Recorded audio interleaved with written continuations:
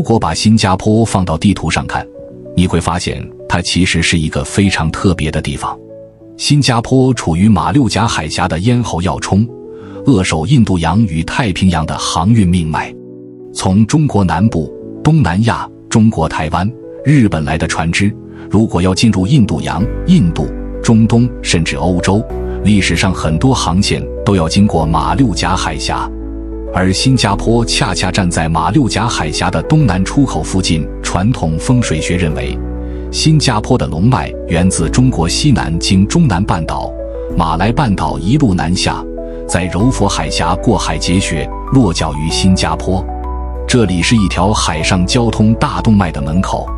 有了海就有贸易，有了贸易就会有人迁徙，有人迁徙就会形成不同民族，不同民族长期生活在一起，又形成了新加坡非常独特的文化。第一站，娘惹文化保留区。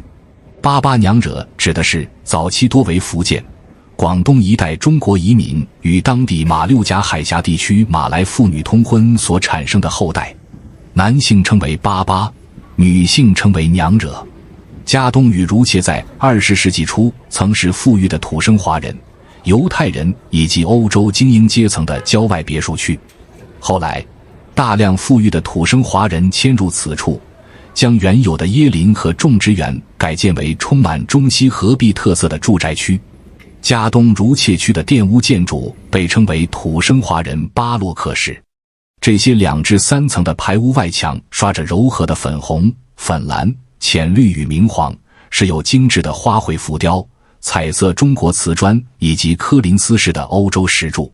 屋檐下延伸出的连廊宽度刚好为5英尺，既能遮阳挡雨，又构成了邻里社交的公共走廊。娘惹大宅讲究前狭后长，近深极深，中间设有采光天井。这不仅符合热带通风排湿的建筑科学，在风水上更意为聚气会财，水不外流。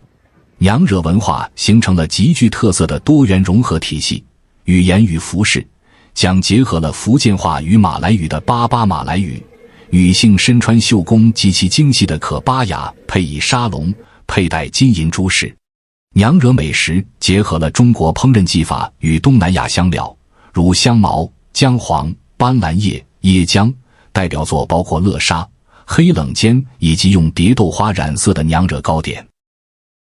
第二站，克拉码头河畔。新加坡河是这座城市国家的生命之河。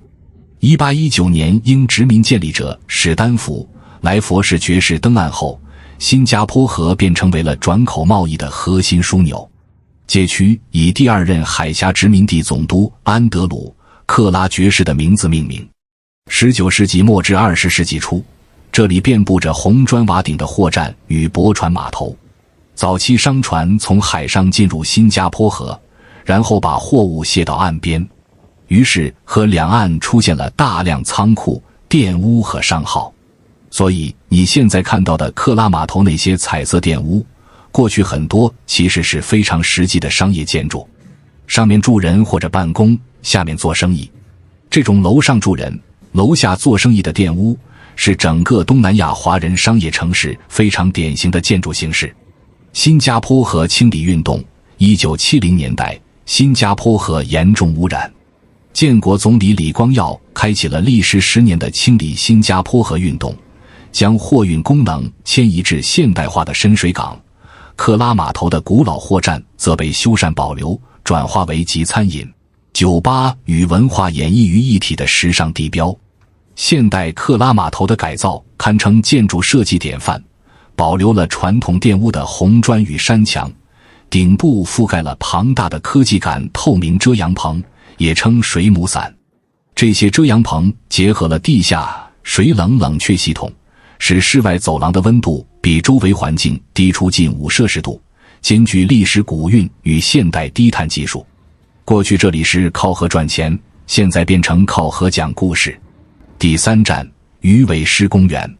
位于新加坡河口的鱼尾狮公园，是新加坡最为人熟知的国家名片与风水建筑的核心象征，源于新加坡的建国传说。14世纪，苏门答腊的巨港王国的桑尼拉、乌塔玛王子登陆该岛时，看到了一只头黑胸白、敏捷异常的怪兽，随从告知是狮子，于是将该岛命名为新加坡拉，梵语中译为狮子之城。而鱼尾象征新加坡最初只是一个渔村，古称淡马锡，记录着这座岛国靠海吃海的根基。在风水学中，水即是财，流动之水为活财。鱼尾狮高 8.6 米，重70吨。从地理风水来看，鱼尾狮位于新加坡和入海口的财眼位置。鱼尾狮吐水并非向外喷洒，而是向内喷入滨海湾这片被陆地环抱的内湾中，意为招财进宝，源源不绝，将全世界的财富吸引并留存至新加坡。站在鱼尾狮公园隔海相望，最瞩目的便是滨海湾金沙酒店，其3座巨型塔楼顶托着一座长达340米、酷似巨轮的空中花园。滨海湾被看作是一个人工蓄水池，在风水上被称为聚宝盆。金沙酒店顶部的船正面向新加坡的金融中心，船头微仰，形象极似一艘满载金银财宝驶入港湾的商船，象征百川归海，财源入库。从另一些风水视角看，3座塔楼如3只插在香炉中的巨香，向天地神祷告祈福。同时它也构成了滨海湾的造山局，与对面的金融区摩天大楼形成前有水后有山的完美格局。位于金沙下方的艺术科学博物馆呈展开的莲花手掌状，被称为新加坡的接财之手，掌心向上收集雨水并引入内部喷泉。第4站，维多利亚音乐厅。维多利亚剧院及音乐厅是新加坡最古老、最典雅的维多利亚时代复古主义建筑，也是新加坡殖民时期政治与文化生活的核心。这座建筑实际上由2座不同时期建成的建筑组成，中间由一座高耸的钟楼连接。1862年的市政厅最初作为市政大楼与剧院使用，是当时欧洲社会名流举办舞会、戏剧表演的场所。1905年维多利亚纪念堂为了纪念1901年逝世的英国维多利亚女王而建高54米的钟楼，将2栋建筑连为一体。钟楼上的大钟带有5颗铜钟，每逢整点敲响著名的西敏寺钟声。维多利亚音乐厅见证了新加坡近现代最重大的政治历史时刻。1954年，人民行动党即新加坡建国至今的执政党在此举行成立大会，建国总理李光耀在此发表了改变新加坡命运的演讲。1959年，新加坡取得自治权，新加坡国歌在此首次正式演奏。建筑带有优美的罗马科林斯柱廊、拱形窗以及精致的浅浮雕。音乐厅前伫立着莱佛士爵士的黑铜雕像，是新加坡最重要的历史地理基准点之一。第5站，甘榜格南与哈芝巷。最后来到甘榜格南。如果说娘惹文化保留区让我们看到的是中华文化与南洋文化融合，那么甘榜格南展示的则是马来王室、伊斯兰文化、阿拉伯商人、印度穆斯林和东南亚贸易网络的融合。甘榜格南曾经是马来王室的所在地。1824年，柔佛苏丹侯赛因与英国东印度公司签订协议，英国取得对新加坡的控制权，而苏丹及其后代获得相关土地和津贴安排。英国方面还为王室清真寺提供了资金支持。最早的苏丹清真寺就是在这样的历史背景下建立起来的，所以这里不是普通的穆斯林街区，它实际上是新加坡历史上一个非常重要的马来王室文化中心。甘榜在马来语中译为村庄，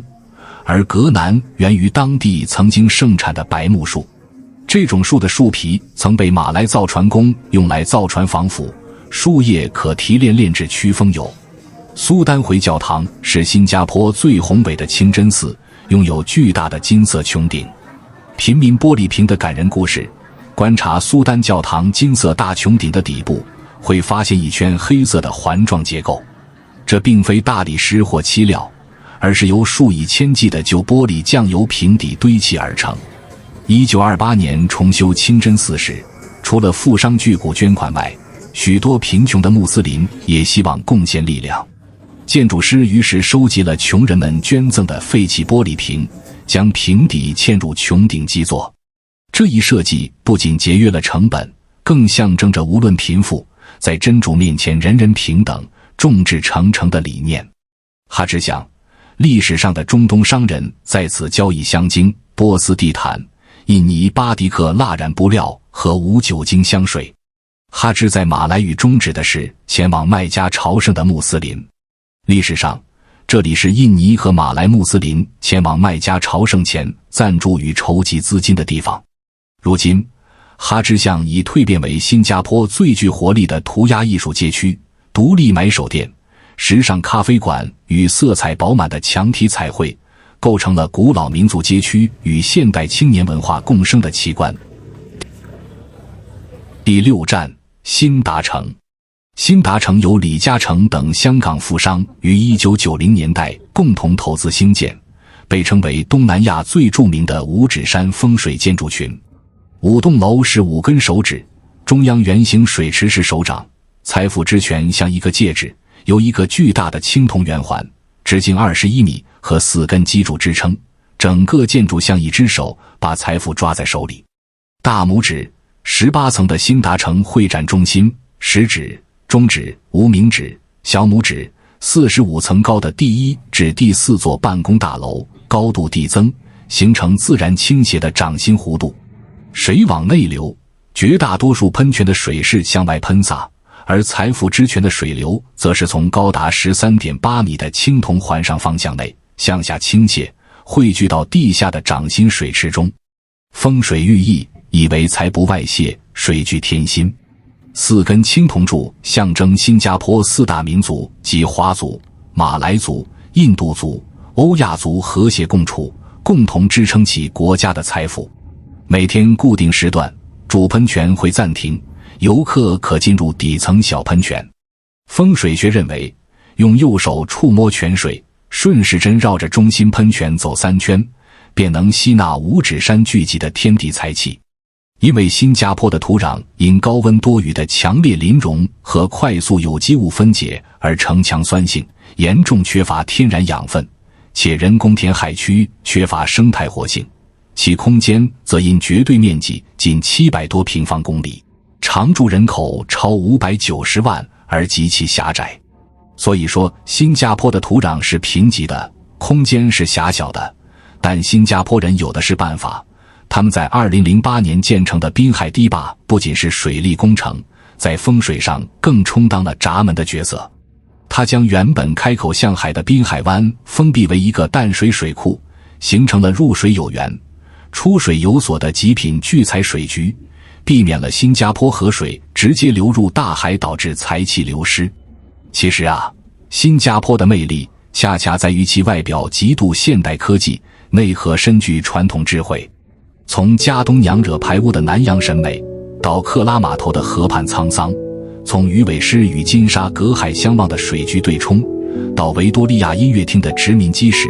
再到甘榜格南苏丹教堂底座上穷人捐赠的玻璃瓶，每一处景观都讲述着不同民族在这块土地上生存、融合与拼搏的传奇故事。而像新达城五指山与财富之泉这样巧妙的风水建筑，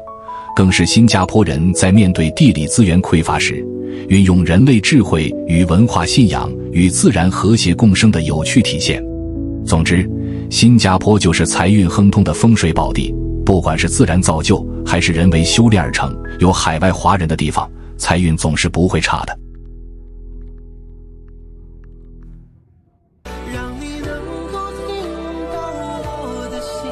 什么时候也能把我想起。